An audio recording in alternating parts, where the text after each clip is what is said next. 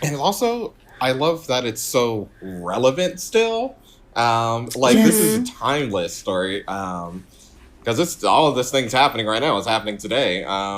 The only difference is that we just have more technology.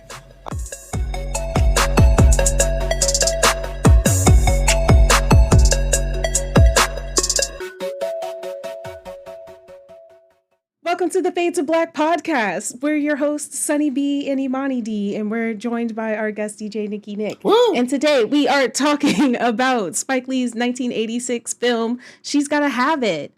In my experiences, I found two types of men, the decent ones and the dogs. What about Nola Darling? What do you want to know? I thought she was a freak. You know, freaky deaky. All been want freaks. Just don't want them for a wife. You're not born lesbian or heterosexual. Both traits are within us. Noah may have been straight as an arrow. I just want her to be open-minded. Check it out. I was the best thing that ever happened to Nola Darling. It's about control. My body, my mind. Who's gonna own it, them or me? So, Nick, imagine that you just finished watching this film. You get a text from a homie inviting you out to a bar, and then you go. And when you get there, you're talking, you're vibing, and they ask, like, what's the last film you watched? And now, how do you describe this film to them? Man, you are not going to believe what I just watched. This is crazy, crazy Spike Lee joint.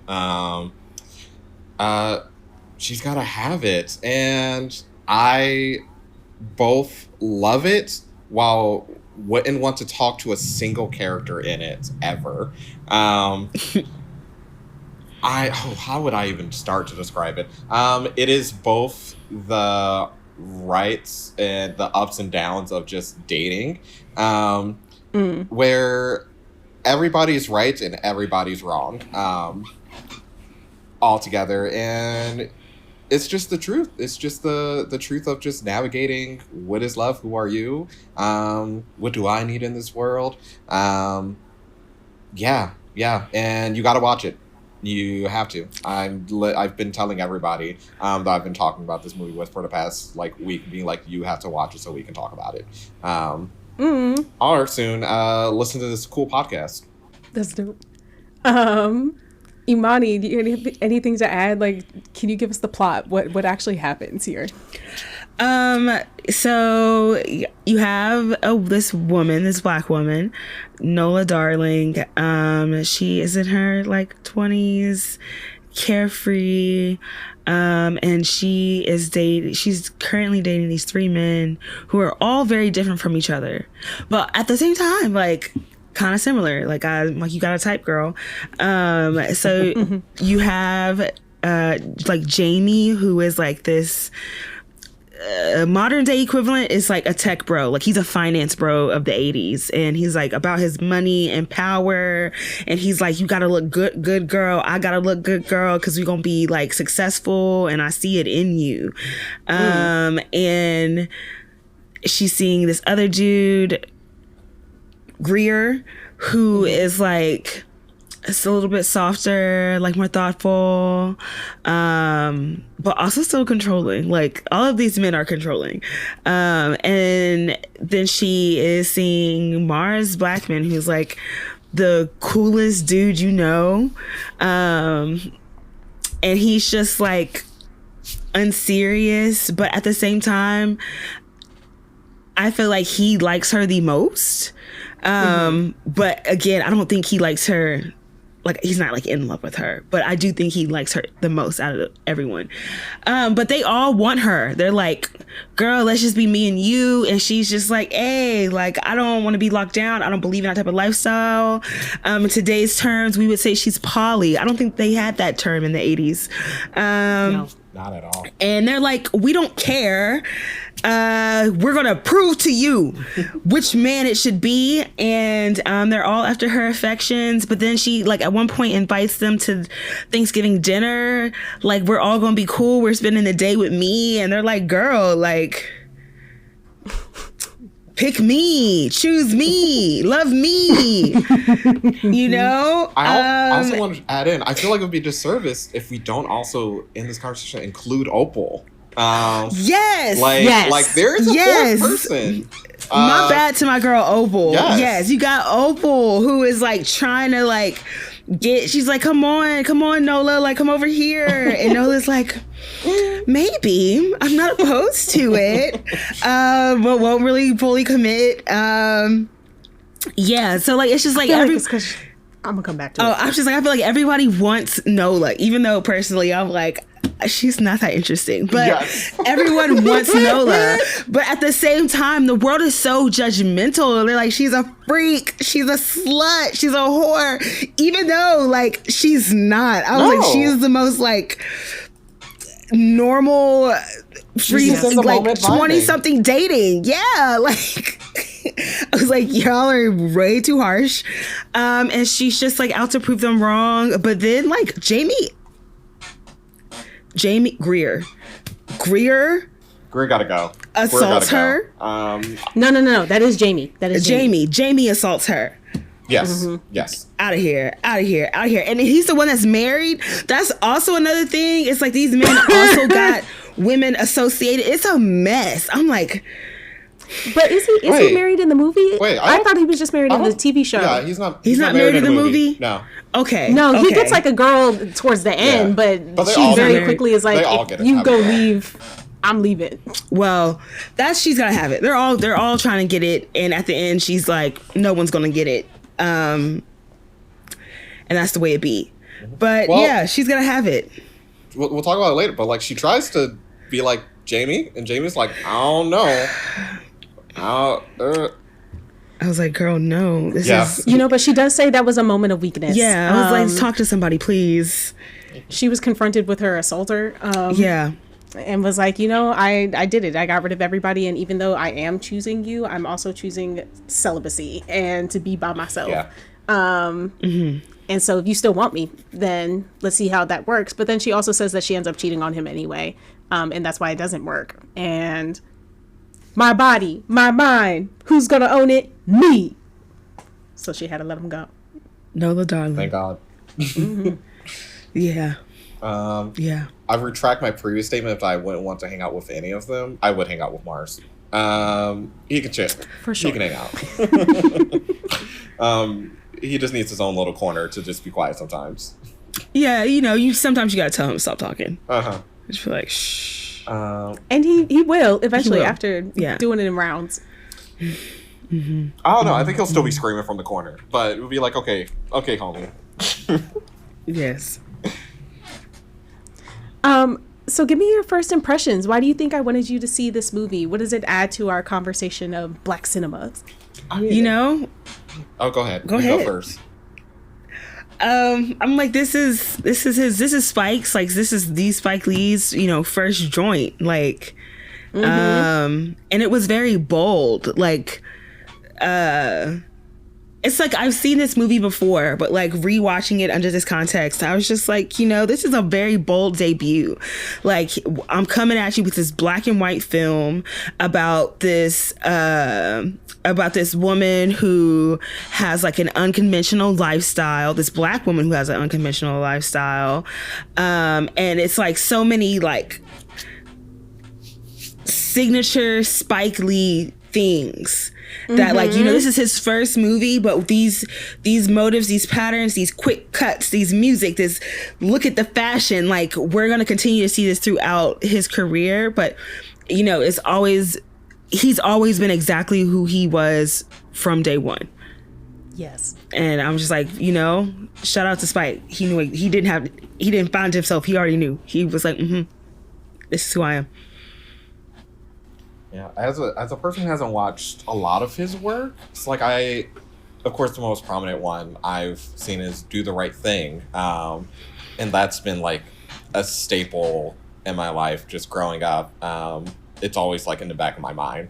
I've seen that. I've seen another one it's like a similar title to She's Gotta Have It, but I don't remember. It's another like She's blah, blah, blah. But I saw it like a long, long time ago. And then I saw him do an adaptation of another movie. He directed an adaptation of Old Boy, the American version. He did. Which is adaptation of an adaptation, which I think is funny. Yes. Because it's a Japanese manga that they turned into a Korean film, and then they made an American version of that film. Didn't they make a British version also? Or maybe I'm thinking something else. It had British actors in the American version. Okay. I think that was it. All right. And that wasn't as great as the movie, but I don't think that was still like one movie he didn't have as much creative control over. And then I don't think he's really done something like that since, because but seeing this, it's knowing that it's one of his like first films, and he was not apologetic at all with this, and really tested so many different techniques in this one movie, that for a while I was trying to figure out, like, what is the genre of this movie? Like, how can I describe it? Because the way it begins, first being in black and white, I looked up nothing about this movie before I watched it. I didn't watch a trailer. I didn't read a synopsis. Sonny was like, you're going to watch this and we're going to talk about it. And I said, okay. And first of all, it being in black and white, I was like, oh, okay, what year did this come out again? I went, oh, okay, no, this is just a choice. Awesome. And then the direct address at the beginning of the movie, I was like, is this like a documentary? Is it like a mockumentary? What is this? And then it just goes, as the movie goes on, I was like, is this like voyeuristic, like just like following one person's story? Like, I couldn't nail down like how to describe the movie for the longest time. But I love that. It kept me on edge. It kept me engaged, because it never felt disjointed. With all of that, I was like, this is all a clear-cut choice, and I'm supposed to experience the whole thing and not ask questions as much, instead of just let me become a part of it. And I certainly did. Yeah, and also the music in this, incredible. Yeah. And like the way it was used, just the way it like it was the juxtaposition of a lot of like the scenes happening along with the music. It changed so much of the meaning behind it for me. Like the one of the very first scenes is Jamie stalking Nola at first, and I was like, I'm scared. What is happening? What is this movie about? And because we saw Jamie in this like the previous scene, but it's the beginning of the movie, so I already forgot that it was him. I was like, girl, run. What is happening? But this happy ass music is playing in the background. Like, this is the best day ever. I was like, what are we trying to say here? And then at the end of this chase scene, we see her hiding and then pop out and be like, oh, you found me. I was like, girl, run. She said, I like being chased. Yes. I was like, I love that for you, but also be careful out here. Yeah, are you safe? It's dangerous in these streets. She is the danger. Yes, because she's the one that's like, so when are we going out? When are we talking? Yeah, but it's just things like that. The very first, and tell me if I'm getting like ahead of myself, but like the very first like sex scene between Nola and Jamie being to that gorgeous symphony. I was like, yes. Oh, this is amazing. Like the way if the movie to me was sexy, but not about sex, and it wasn't like there was nudity, but it was never too much. It was like just the right thing to just be like, this is just life, and these encounters are beautiful. Yeah. Yes, and yeah, I felt like as somebody who grew up loving Spike Lee, like this was somebody that like my mom would go visit in New York and just pull up to his little store in Bed-Stuy. So like I've got a lot of artifacts back home, and Do the Right Thing was like one of those first Black films that she was like, you have to watch this. I'm disappointed that you don't know this already, as if she was not the person who would have introduced it to me. And this was you that didn't moment. absorb it through osmosis? No. But I didn't come across this until I think like 2017, when they were talking about making it a show, and then that's when I found out it was a movie. And so going back and watching it, I was struck by how liberated Nola was. It did feel so casual to see a Black woman owning her sensuality, owning her desire for each individual person, but still like holding her own independence. And then to like have watched the show and felt like that Nola was so manipulative and aloof, and I was just like, I feel like we missed the point. And so it just makes me come back to this movie a few times to just like really figure out like what Spike Lee was trying to do and like where he got lost, because it's not like he was disconnected from the new project. And yeah, so also, he initially had like a grant for $18,000 to like work on a film, and he was trying to pitch something called The Messenger, which was gonna be about like a bike messenger in New York, and nobody would pick it up. Nobody wanted to like add any extra funds, so he had to like divert and make She's Gotta Have It as a replacement. So he was like, it has to be really low budget, and I have to just pivot. And he really, really liked Tracy Camilla Johns and wanted to write something for her. And it's also based on this, like, has a big influence from this 1950 Japanese film. What is it called? Rashomon? Hold on, I wrote it down. Yeah, Rashomon. I'm gonna believe you. Rashomon. I will get it. But essentially, it is the story of this samurai soldier whose wife was raped and assaulted, and then he was murdered, and it's the retelling of that story from multiple people's perspective. So now we get Spike Lee telling us the story of Nola Darling from these multiple men's perspective, but also Opal and Clarita, and getting some influence from her father in there, which also shout out to Bill Lee, who was the composer of most of this music, daddy. Spike Lee's daddy. And to the whole Lee family, because his sister Joy Lee was Clarita, and his brother took all of the still photos that appear in the very beginning.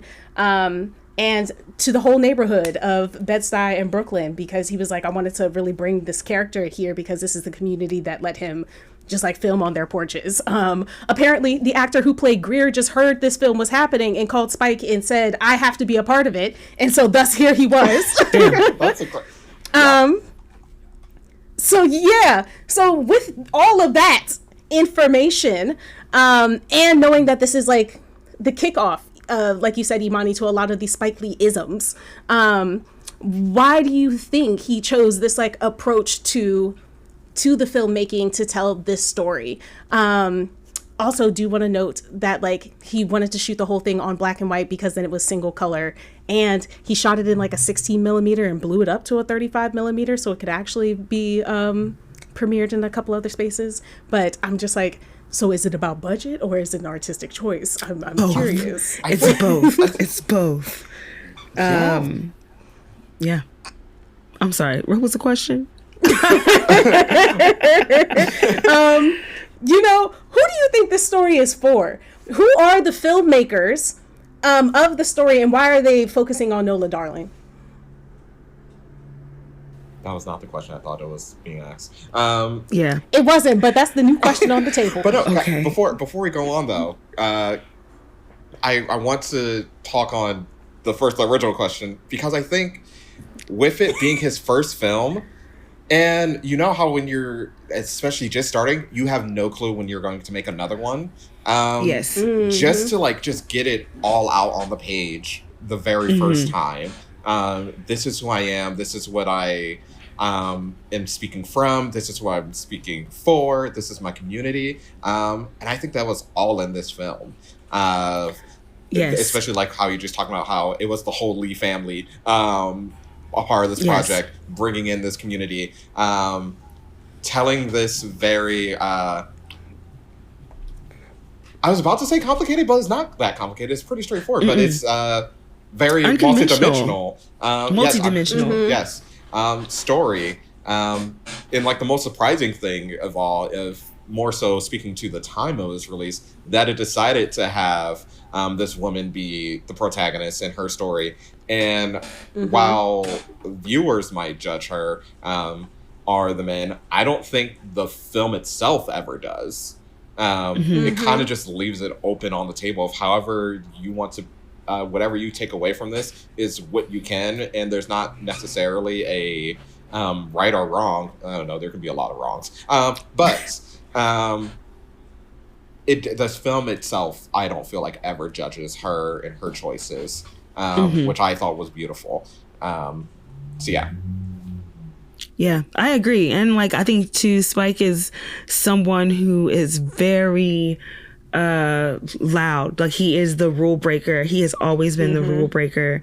So, you know, fresh out of NYU, it's like, I'm gonna make the film that nobody's expecting me to make because I can. And it's gonna be very Brooklyn, very Bed-Stuy, do or die. I'm gonna be the coolest person in it. Like, you know, that's just like, just truly who he was. Like yesterday, like I said, yesterday I was watching Do the Right Thing, and I have like the Criterion Collector's Edition, and it has like excerpts of his diary, of his journal that he kept while he was filming it. And like the very first entry is like, I'm about to make this movie. It's gonna be hot. It's going to be in Brooklyn. I need the audience to feel how hot this movie is going to be. It's going to erupt at the end in a riot. Like, he is so sure of himself. Like, so sure. He's like, I'm going to film it in the summertime. If the script's not good by the summer, I'm going to film it next year. But I'm trying to do it this year. I'm going to get these people to play these characters. Like, just so specific. He has so much clarity. And like, that was what impresses me so much. It's just like, he is young. He is like 21, 22, coming out of school. And it's just like so much clarity in his artistic voice. Wild. And like Nick was saying, it's one of those things where you're like, you don't know if you're gonna get the chance to do this again. And it's like, he fortunately has, like, so many times. And it's it's amazing. I love that he has his Spike Lee isms, just like all the other, you know, big name directors, quote unquote, that we are always naming, the Spielbergs, the Scorseses. It's like Spike Lee is right there with them. Yeah, it's like the only thing I feel like I'm missing from the isms is the double dolly shot. But I'm like, we're not there yet. That's expensive. But next film, I got you. And also, I feel like actually that first appeared in Malcolm X, and I think it was a budget restraint as well. Like, I think he wanted to do a long one shot and couldn't, so they were just like, all right, well then we'll pull you both at the same time.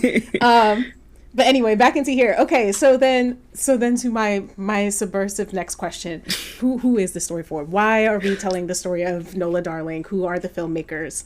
Because also I will insert my 2 cents first. But I feel like Spike also has like a theme of like trying to wake you up. And so like there's something very Brechtian about like having all of these characters break the fourth wall to like alienate you in this world and make you like focus on like what your perspective is, and like also knowing that like this influential film had various perspectives all kind of like telling their version of the story. So I'm like, are we also supposed to form our own version of the story? But why? Yeah, I'm just curious. Yeah. I think it's one of those, like, I agree. I'm like, I think Spike Lee is so theatrical. Like, I think this dude loves theater. But like I think that it is just one of those things, like, yes, like we are another opinion to view, and he's making this story because he's young, he's fresh out of this trendy film school, you know, like these are the stories that I know because these are the people around me, you know, because we're hip, we're young. And he's just speaking to that youth, but like a very specific, because it's like, you know, this is very you know, you're not gonna find this story in the cornfields of Nebraska, you know, like this is very New York, very city. And yeah, I think he's just like, because it's different, who's doing it, this is real. And also I love that it's so relevant still. This is a timeless story, because it's all of this thing's happening right now. It's happening today. The only difference is that we just have more technology. But, in terms, yeah. But yeah, as you're saying, like, I think it's speaking to the youth, it's speaking to the people, like going through finding themselves, figuring out what they want in life. Is it a partner? If it is one, like, what do I need out of it? What do I want? Will I have answers? I think it's speaking to the people who are living in, especially like in the cities, because again, like you said, people in Nebraska is not going to necessarily experience dating the same way as experiencing dating in the center of New York. And just the amount of different characters that you can find along the way, and who's just like readily available, who's lining up, making Nola has a roster. It's very Sex in the City before Sex in the City, like truly. I'm like, Nola Darling could have this should have been Sex in the City, because this is exactly what that is, you know.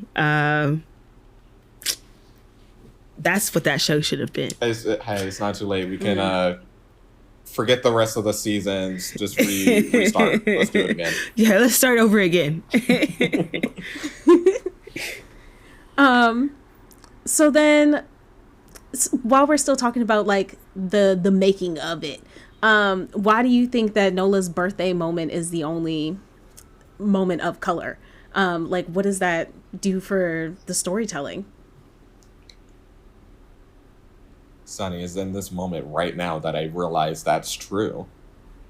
I think in the moment I was just experiencing it, just enjoying it's beautiful. The joy and like the music and the dancing. I didn't realize that was the one moment in color. Because I was just more taken aback by the moment itself being so different from the rest of the film. In terms of, first it was a huge dance section. Yes, huge dance number. Yeah, I think I was just interpreting, because I think I like zoned out for like 20 seconds and then we were in it and I went, I'm just going to let this flow over me. Because I was writing my notes and then I looked up and I went, oh, okay. This is cute. There she goes on her merry way. Yes. Yeah, I didn't even realize that I think for like it humanizes her in that moment. Like, I feel like we're like watching this like art movie, and then when it's in color, I feel like I am just like watching this woman at the park with like this man that she loves on her birthday for the, you know, watching this beautiful dance performance he put together for her. You know, so it does like feel very real, but at the same time, it feels it's so theatrical. I'm like, it feels like it's a huge musical number. It reminds me of like just those golden age musicals and the big dance numbers they have in them. It's so unnecessary to the movie. It's not needed, but it's a wonderful addition, and it's that's his first Spike Leeism, because he does it time and time again. Like, he will continue to utilize dance numbers, musical numbers in his pieces. But I'm like, it feels real. It's like, feels like Nola is really happy. And also, like, I don't think it would be the same movie if it wasn't there. Because it was also at that moment I thought right before that, I was like, okay, I figured out this movie. I know like what kind of device it has, and then it throws that in there, and it turns everything on its head. I went, okay, wait, I'm not going to pretend like I know what this man is doing. We're going to, we're still sitting in for a ride. Yeah, I don't think it would be the same if it wasn't there. Yeah. Yeah. I have thought about it as like, could be seen as like the thesis moment, because like when you're listening to this song and it's basically describing this woman who feels so good about herself that she can just like daunt around and catch somebody's eye, but then when they're really trying to fall for her, then she walks away and she feels like she can catch anybody, and she does, and she continues to. And then you see that back and forth with these actual dancers. And so I'm like, okay, so that could be one part of it where it's like, this is Oz. But also I wondered if it was like a moment of clarity for Nola too, like, because this is Jamie's gift to her, and she does try to like stumble into making herself believe that it is Jamie for her. But if anything, knowing where she ends up, and it calls this a moment of weakness of her falling for him, then I wonder if it's actually just like, if it is fully dream sequence, and like maybe this is the one moment where her head is so high up in the clouds and it is so surreal, not only for us but for her, that like it has to be in a full experience versus like the reflective black and white where we can't tell who else's perspective this is. Like, this is just that moment. I don't know, that's where my mind's been floating. Agreed. That is such a huge turning point for her. It's right after that sequence is, I feel like she went, okay, I kind of have to lock in, maybe. I'm not sure if she ever truly locked in. I think all the men tried to force her to the decision, and she was like, but that was definitely a moment of where she went, what do I actually want going forward? Yeah. Yeah, I'm like, and then Mars ruins it by calling her that night. Yes. I think Greer does the same thing. And then we get Thanksgiving. Which, I'm like, and then the reverse is like, so then what does Nola's nightmare tell us about, like, her struggle and what she's going through? Because that's the only time that we see these other women come through, and they're, like, confronting her, calling her a harlot and a homewrecker. But she wakes up from that, and it's like, that is not her reality. Like, I think we know Mars has another girl. Yes. Like, Jamie's girl kind of comes a little bit later, and Greer just tells us he can have anybody, but we never see him with anybody. Okay. So I'm curious, like, if she feels so, I guess there is like sometimes where she's like torn, like, should I actually go to this doctor or not? So yeah, I'm just curious of like, what does this nightmare reveal more about like her fears on this journey? I think that she has fears like of the judgment of like what people are saying about her. Just because, yeah, these women, it's like the three women who are supposed to be like Mars's girlfriend and Greer's girlfriend. It's somebody's wife. At one point, they're like, that's my husband. And so I guess that's saying like Nola is carefree and lives this free life. But like, I guess deep down, she does have this worry, or that all of these judgments like do get to her. Like, she is human, and these things, like, you know, do get to her, because like you said, she wakes up and then she continues on about her life. But just like, I guess humanizing her some more, just like, but she's not immune, you know, to people's perception of her. Because of course, none of us were alive back then, but I don't think it was really a conversation of, like, the idea of polyamory was, like, a big thing back then, at least not as prevalent in today's conversations with relationships and dating. And so, like, to her, I think she would have been fine, as we saw in the dinner scene, being like, all of you can stay, but if you want to go, there's the door. Which I think is both the most badass thing and also manipulative thing, but also I gotta give her props. She did that shit.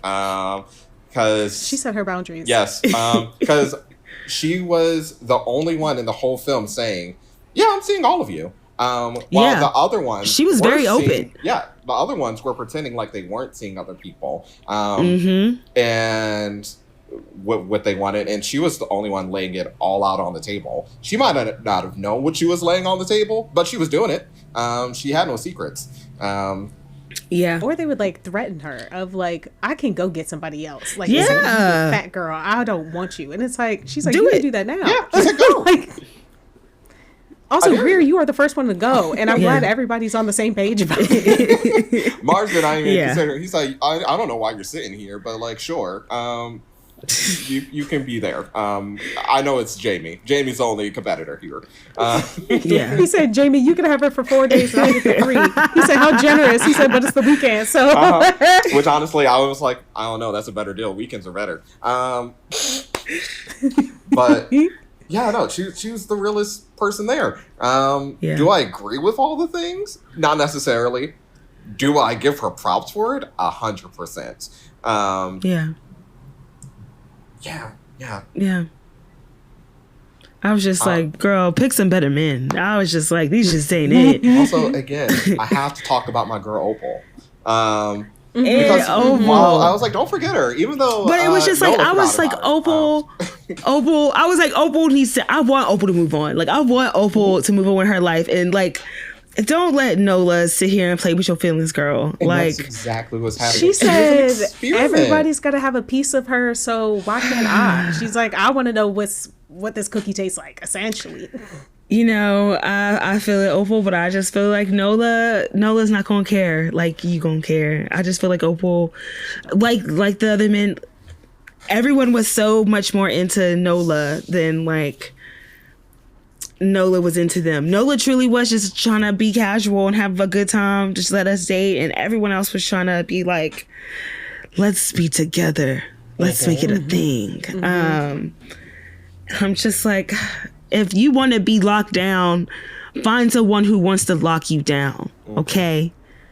Damn. So, and I feel like that's also where Opal's flaw is, because it felt like she was trying to take her as a conquest. Like the one moment that she called her and trying to be vulnerable, just needed a friend to cry on, and Opal's like, you're gone. They're single. Yeah, it's me now. Goodbye, Jamie. Close the door behind you. I felt bad for her, but also Opal was a problem. But she was the one going, honestly, other people want a romance. You give me this one time. I'm going to show you the world. I promise you. And Nola was going, I don't know about that. I like the idea of it. Maybe gotta think not, about though. Because Opal is the one that is never on the same pedestal as the men. She doesn't get invited to Thanksgiving. No. She likes to talk to Opal about like the ideas of this queer relationship, because Nola is exploring herself and exploring what she wanted. And the only reason I feel bad for Opal is she's just treated, I feel like, as an experiment, like this is a nice idea. While she needed to just move on her own, I wish Nola was just like, hey, no. And like, while Opal was hitting on her and like making advances, Nola was like, no. But I think don't invite her over. I'm sorry, she wasn't the girly pop. She wasn't there for that. She was pretty straightforward, being like, I want what I want, and that is you. And you know what's interesting is because, again, in the TV show, Clarita and Opal's character kind of gets pushed into one, and it is just Opal, but Opal becomes the person that was her ex-roommate and saw her having people coming in and out of.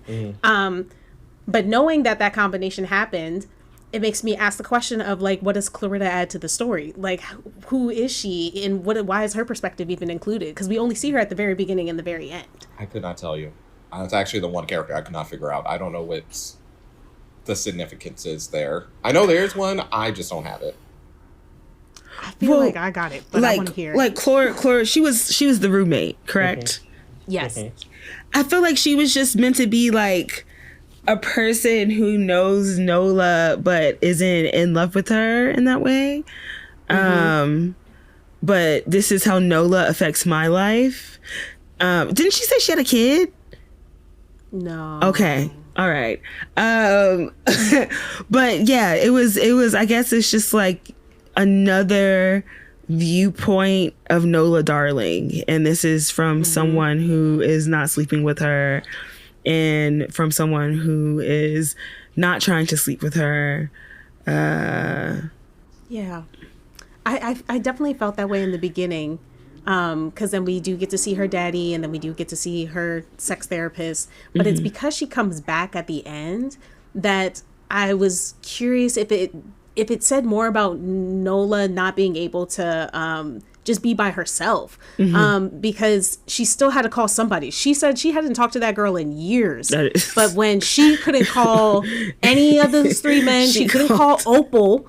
She had to call Clarita. And so I'm just like, crazy. damn. That is crazy. You ain't talked to me in years. And then she's like, I miss you. And also it's like Nola kicked her out because Nola she said, hey, like, it just seems like there's a lot of men running through. And Nola said, well, I found the spot, so you can it's go. mine for real. If you don't like it, is it her coming in? That's her attitude with everything. Is it her coming in the end because she's like trying to recognize a different type of love that's not romantic? Maybe. Maybe. I will say that it feels like she just needed a companion and somebody to like make her feel better. But I can't tell if that happens like before or after her masturbation scene, where then she goes, well, because then she tries to have like her thing with her Jamie, and then she comes back to the I'm just gonna be solo dolo. So it's like, maybe even like the idea that she shouldn't have sex with him, I think like she gained some sort of perspective of like there needs to be an element of independence from this conversation. But to what degree, I don't know.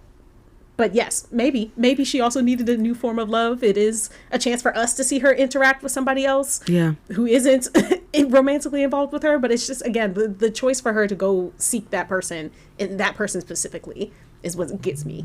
Maybe that's also showing that like Nola really doesn't have people in her life. Like, Spike is making this movie centering this like poly black woman, but maybe he is also judging it and saying this woman just uses people and doesn't craft genuine, real relationships with people. And so at the end of the day, when she's left with no one to call, who does she call? This woman that she kind of fucked over and hasn't spoken to in years because she doesn't have anyone real in her life. I think that could be, but also I feel like the whole movie she's trying to figure out these people. But the problem is that she doesn't know herself enough to be able to make those connections. Because she sits down with them in their different worlds and like ask them questions, like figure out what they like, but it's never reciprocated, I feel like, in a genuine way that's outside of, I want to sleep with this woman, I want things from her, but I don't necessarily want her and who she is. Because like I'm going to like the conversation that Jamie and Opal have when Nola's sick, and neither one of them are actually trying to like really take care of her. They just use her as like a conquest, or like trying to like lay their claim to this. She just feels like a piece of land. And like as soon as Jamie kicks Opal out, he wakes up Nola. He's like, hey, I understand you're sick, you're sleeping. Who that? What's happening? Yeah, make me feel secure. Yeah, but it's like I also feel like all of these men, all of these people in Nola's life have such blaring red flags from the get-go. And only continue, like they don't get better. Like these characters don't, like they just keep proving why they're assholes. And so I begin to question, like, Nola, girl, like, I mean, yes. Why are you dating these assholes? Like, Greer. Yes. Okay, it's like Greer is such a dick. Like Greer is such a dick, and it's like, yeah, if you get fat, I'm gonna have to leave you. Like just saying like such misogynistic, hateful things to her. So it's just like I can have any girl Nola, I want. like I feel like she's stigmatized by Greer, because that's the only thing I get out of it. And that's why she's even more just like, you're the first to go. He's like, let me take you to the Bahamas for 2 weeks. She's like, I couldn't stand you for 2 weeks. They only exercised together. So I'm like, that was like the only thing. The only thing they did together was exercise. Yeah, I was just like, girl, why are you seeing this man? But then it's just like, even Jamie, I'm like, Jamie was also like, would say shit to her that it's just like, dude, what the fuck? And even Mars. I'm like, Mars was so misogynistic at times. And it's just like, yeah, he also just saw her like as a piece of ass. So yeah, I'm also... Yeah. He said everybody loves a freak, but you don't want to marry her.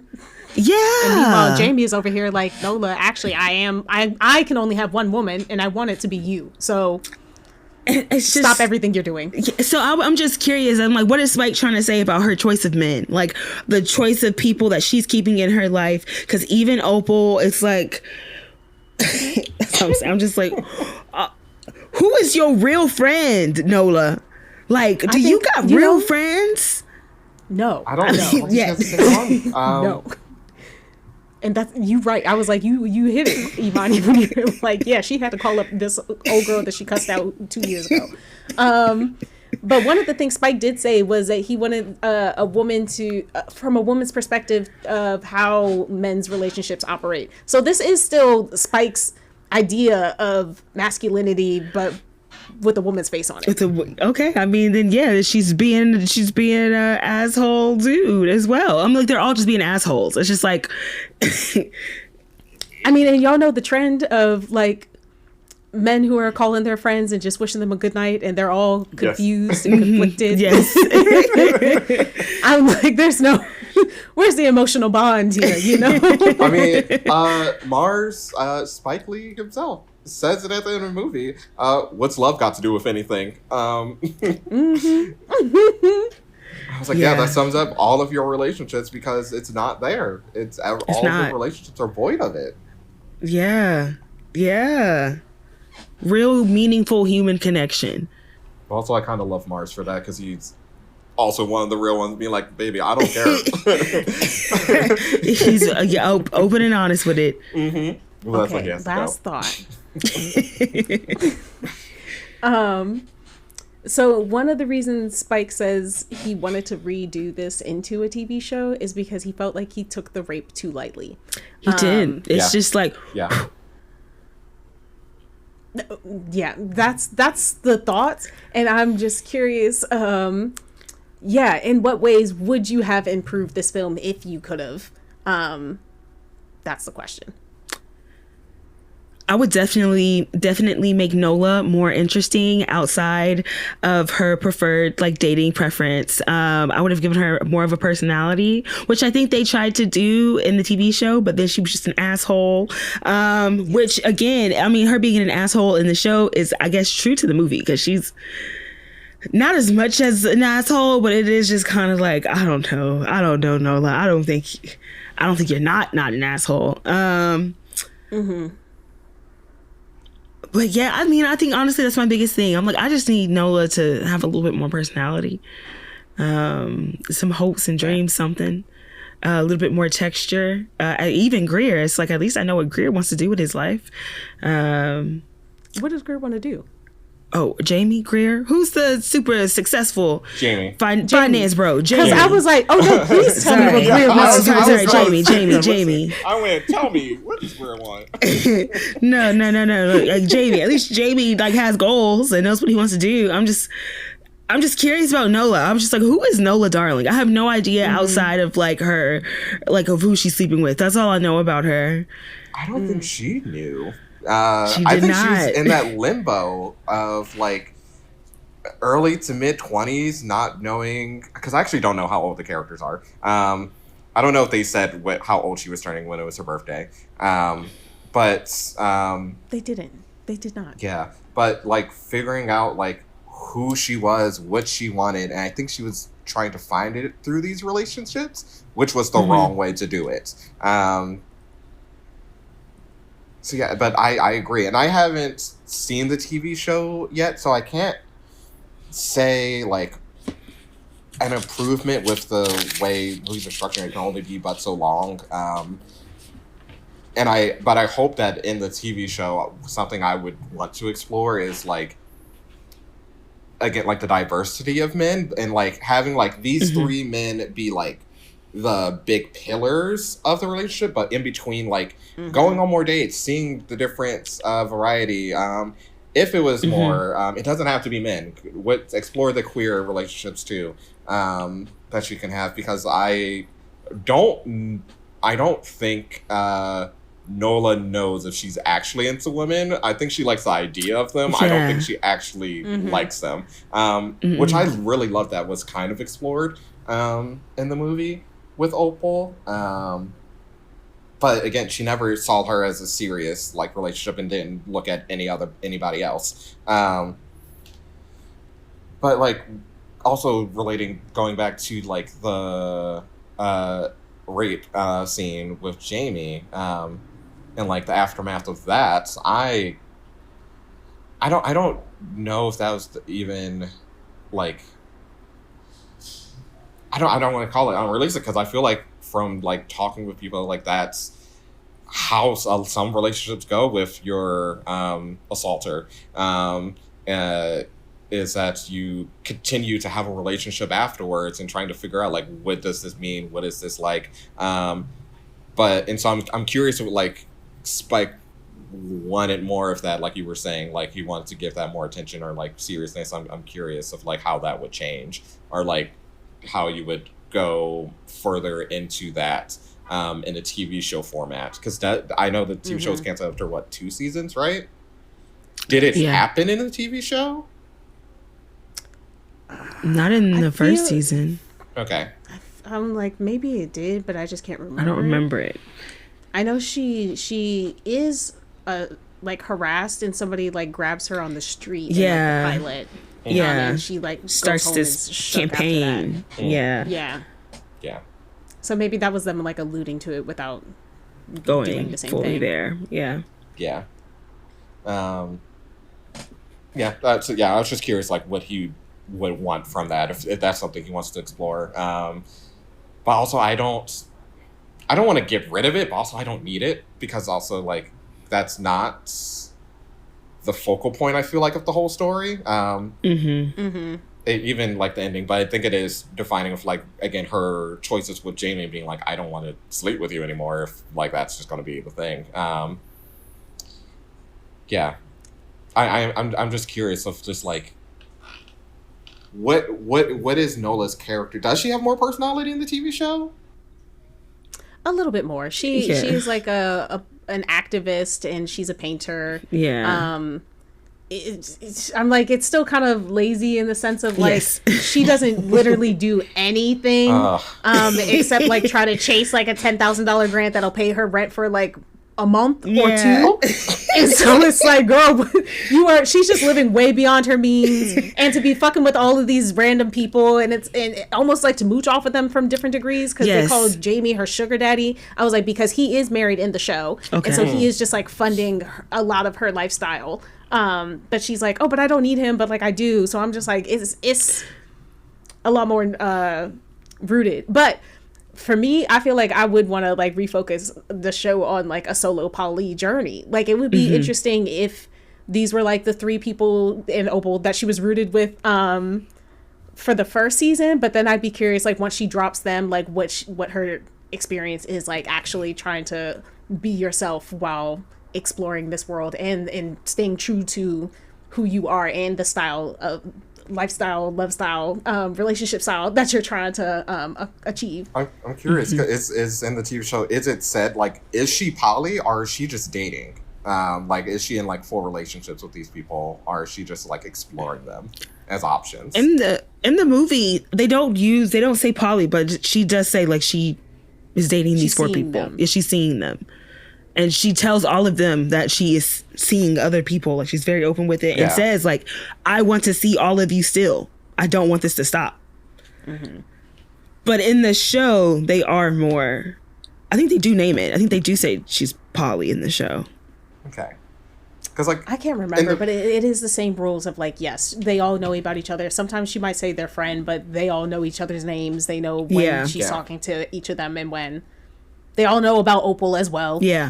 Yeah, because I just ask, because like in the movie, I just see it as like, she's dating all these people. She's not in a committed relationship with them. Like everybody. I agree. Yeah. And not necessarily. That's how it comes off. I don't think she wants to make a decision until the end, where she's like, "All right, I'm going to make a decision about them." So I don't want to say, at least the movie version of her is necessarily poly. I think she's exploring her options, and she's enjoying that non-commitment lifestyle, just going with the flow. And also being in that state, being able to do things like the dinner scene, being like, yeah, I'm just gonna, this is who invite all each of other you are. here.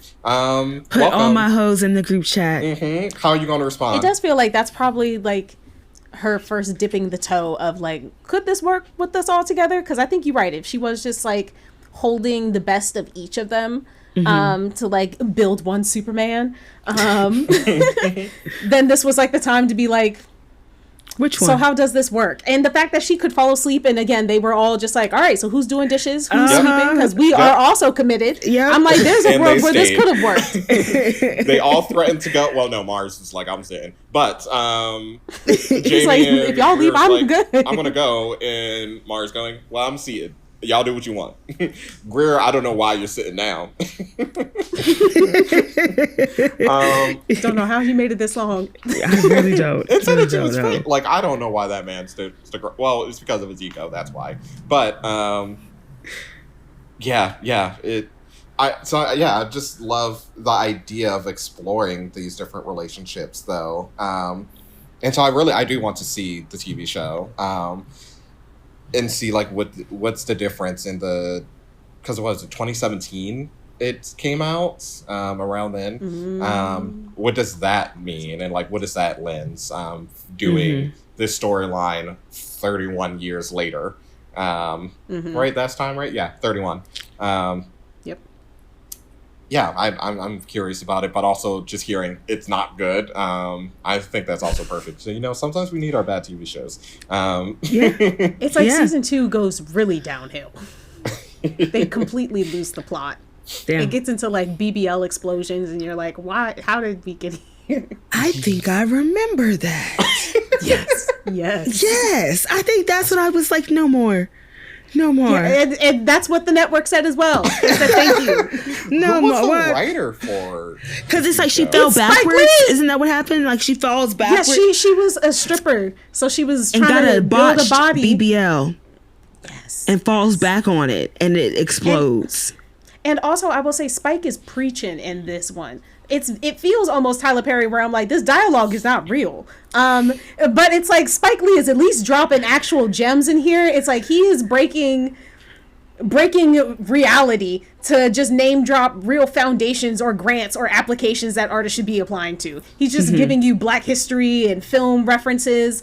But that's like everybody has like a hashtag. Sure, but like, that's still a very Spike Lee-ism, like of injecting forcefully like history and names, even if it like breaks genre, breaks the tone of the movies, like flashing that in there. That's still very Spike, and it's very like French New Wave. It's very Italian neo-realistic. This tendency to break the rules and to like, I will talk directly to you through my movie. Do you feel like it was, since he's the one that created also the remake, would it have been beneficial to not try to do it, set it in current times, and like have it be a 80s story still? That would have been fun. In that way, not having to necessarily him juggle telling the story that he was trying to tell before while also make it modern. Because what I'm hearing from what you're saying is that the modern stuff was the stuff that's mostly getting in the way of like... Yeah, it got goofy. It did, I was like, because also, and because it does feel like he tried to just like build on these ideas. Like, so back to his brother's photos of the neighborhood, they do the same thing, except they're also integrating photos of Brooklyn and Bed-Stuy in the current time. So now they're trying to introduce gentrification into the conversation. You get random white ladies that are like yelling at, I think, Mars for delivering newspaper because she's like, he walked in front of my dog. He was trying to assault me. And so it's like, now this is a whole moment that we have to have. Yeah. So I'm just like, this casually black film, where the only mention of whiteness comes in, I think, when we refer to Greer at one point and at the end where he's like, I'll leave you for a white woman. Mm-hmm. And now it just feels like we're talking about this story still in context of like a white supremacist society. So that's where I'm just like, some of this like direct address feels like it's to just like be like, and see, that's how we say fuck the man, and sure, you great, know, cool. this is like right after Donald Trump, you know, like it's 20s, yeah, like Black Lives Matter, so it's like everybody's name is a hashtag. It's like hashtag Jamie Overston. They say hashtag Black Lives Matter at the end. That's Nola's closing remark. No, why? Like I just realized I don't think, and correct me if I'm wrong, in the entire movie a white person doesn't say a single thing. They are not present. There's no white people at all. Yeah. Mm-mm. And I love that. Like, because it's not something that's like, oh my God, you're doing it. It's just they were not relevant to the story. It's about these people. No.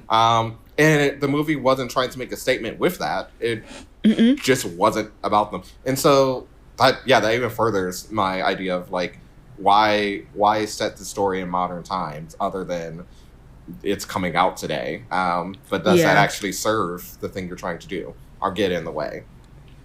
That's what Spike said. I have not seen sexy black people on screen. He was like, we don't explore black sensuality, and so I want to do it. And then the show did its own thing. Lost the plot. Lost the plot. Yeah. But yeah, that She's Gotta Have It. Any last thoughts, 2 cents? Hopes and wishes for future Spike Lee. I have nothing to say to Spike Lee. Keep being you, kid. Yeah, keep doing your thing. That's not do or die. I am curious. Do you think Nola? Because like again, I don't think the movie judges her either way itself. I think we put our own things on her. Do you think at all, like, she did anything necessarily quote unquote wrong in exploring these relationships, or like, I think she could, like, maybe think about people a little bit more. Just like, even if you're not into Opal, like, don't lead her on, you know, like, I know you want this dating life where you have all 3 of these men, but all 3 of these men are also telling you, like, we want to be solo with you. So, you know, I guess just like in that sense of like, you know, if that's what these people, like, find people who want the same thing that you want. But, you know, she's young, so I can't really say that's like truly a fault other than her just being a young woman. Learning. Exploring. Yeah. And an age before the internet too. Yeah.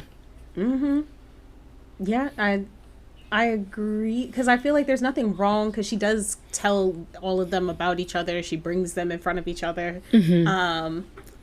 I think maybe, and I don't even want to fault her for this, I'm like, maybe she could have cut them off when it became clear to her that, like, this wasn't going to work for them. Like she's that's very much like, I'm going to be me. Y'all can hang or not. And they're like, well, I can't. I think she should have just let them go instead of being like, well, I'm still here if you want me. Letting them try to convince her. Because that was the thing. They were like, well, let me convince you. And it's like, if this is how you feel, girl, then just let them go. Because they over here trying to convince you. And you don't need... It's not fair to you to have somebody like trying to convince you of something where you've already made up your mind. So that's why I'm like... But I'm like, oh, she's young. She got to learn that lesson, you know? Yeah. That's also where I'm like, she's still trying to figure it out. Because she did at least cut Greer off for a little bit, but then he came back. Yes. And the 2 of them are also, he's just like, all right, I'll take you to the Caribbean. She's like, I don't want to go. And he's like, fine, I'll leave you. I'll break up. And she's like, fine. And he's like, okay, well, actually, don't do that. Yeah. So I'm like, y'all both doing it. Yeah, both. And at the end, him being like, fuck you, I don't need you anyway, I can get anybody I want. And I love the moment of her just smiling at him while he's just going off, and she's like, okay, dear. Mm-hmm. Yeah. Okay. Goodbye, Greer. Yeah, Nola's never wrong. I believe in women's wrongs and women's rights. I do too. That's yeah. Yes. But I agree with what Imani was saying. I was being like, girl, just let him go. Go find somebody that wants the same things you want. Yeah. Because clearly they've all stated they do not. Yeah. Half the movie ago. Yeah. Awesome. Yeah. No, this was such a fun one to watch, and it's definitely going to make me now go through the entire Spike Lee filmography. Yes. And just explore more. Yeah. Wow. Thanks for joining us, Nick. Yes. Do you have any shout outs, plugs that you want to give? I mean, this I don't think comes out until post-September, but that might actually be good timing for you. Oh, no, I have no. Yeah, September is a whole different world I can't even think about. But I can't wait to hear more of y'all's podcast, and I hope I get to watch some more movies and come back on soon. Yes. Yeah. Always. Well, follow us on Instagram at the Fade to Black Podcast. If you see Fade to Black Podcast, that's not us. It's the Fade to Black Podcast. Don't forget, like, comment, share, subscribe, and tell us what you thought about this episode. Yeah, let us know what you think. Bye.